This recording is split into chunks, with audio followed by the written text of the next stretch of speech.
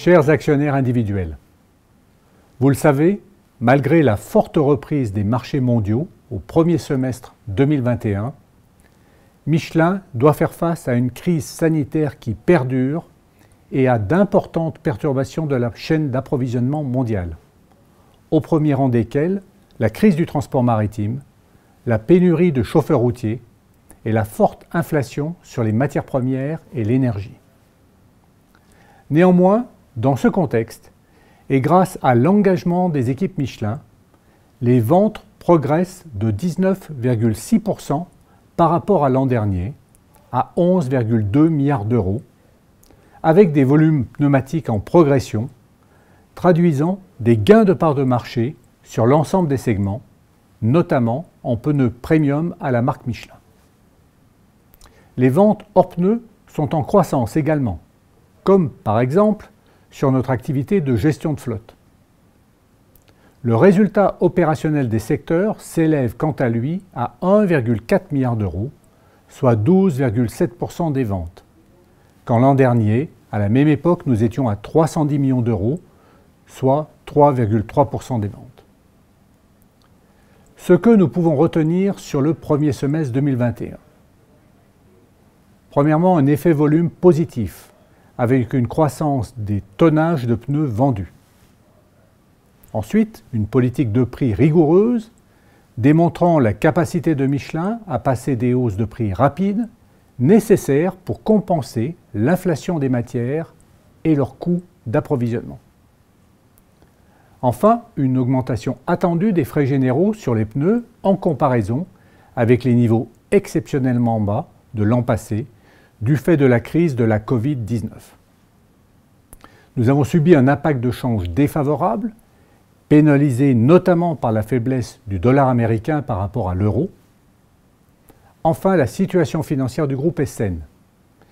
Michelin a dégagé un cash flow libre avant acquisition de 361 millions d'euros, bénéficiant de la progression de l'activité et d'un niveau de stock qui reste en deçà de la norme à la fin du premier semestre 2021. L'an passé, au premier semestre 2020, l'activité a été fortement impactée par les effets de la crise sanitaire et notamment les mesures de restriction de circulation associées.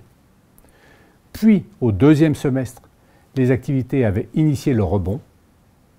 Ainsi, en 2021, lorsque nous comparons le premier semestre avec celui de l'an passé, Michelin bénéficie de la reprise des marchés mondiaux, tandis que sur le deuxième semestre, nous estimons que la demande mondiale ne bénéficiera pas de comparaison aussi favorable et devrait encore subir les perturbations des chaînes d'approvisionnement mondiales. Les marchés tourisme et camionnettes devraient afficher une hausse comprise entre 8 et 10% sur l'année, et les marchés poids lourds une augmentation allant de 6 à 8%. Les marchés des activités de spécialité devraient progresser entre 10 et 12% sur l'année. Or, nouvel effet systémique lié à la Covid-19, Michelin envisage de renforcer ses positions dans cet environnement marché.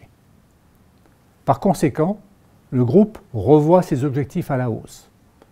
Un résultat opérationnel des secteurs annuels supérieur à 2,8 milliards d'euros à parité constante et un cash flow libre structurel supérieur à 1 milliard d'euros.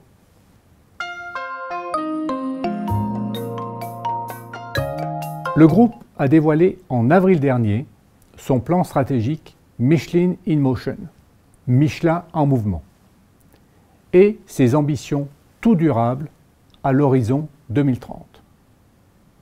Nous sommes convaincus que l'engagement et la capacité d'innovation des équipes de Michelin nous permettront de conjuguer harmonieusement développement continu des collaborateurs, respect de la planète et des communautés et performance économique soutenue. Nous avons défini des objectifs concrets. Voici quelques exemples. Pour les personnes, Michelin veut devenir une référence dans le domaine de l'inclusion et des diversités. Nous avons mis en place un index de management des diversités et de l'inclusion, IMDI, pour suivre notre engagement. En 2019, nous étions à 50 sur 100, en 2020 à 62 sur 100, et nous voulons être à 80 sur 100 en 2030. Concernant la planète, un de nos objectifs est d'atteindre d'ici à 2050 100% de matériaux durables dans les pneus Michelin, avec un objectif intermédiaire à 2030 de 40%. En juin dernier, pour la première fois, un de nos pneumatiques de compétition affichait un taux de matériaux durables de 46% grâce à l'augmentation du caoutchouc naturel et à l'intégration de noir de carbone recyclé à partir de pneus en fin de vie. Enfin, concernant les performances économiques, nous allons générer une croissance significative afin d'assurer une création de valeur dans la durée.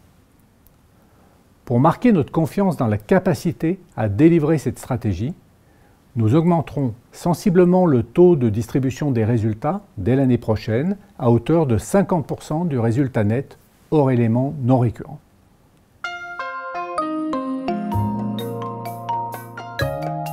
Retrouvez l'ensemble de nos contenus et vidéos sur notre site internet www.michelin.com, rubrique Actionnaire individuel. Merci de votre confiance et à bientôt.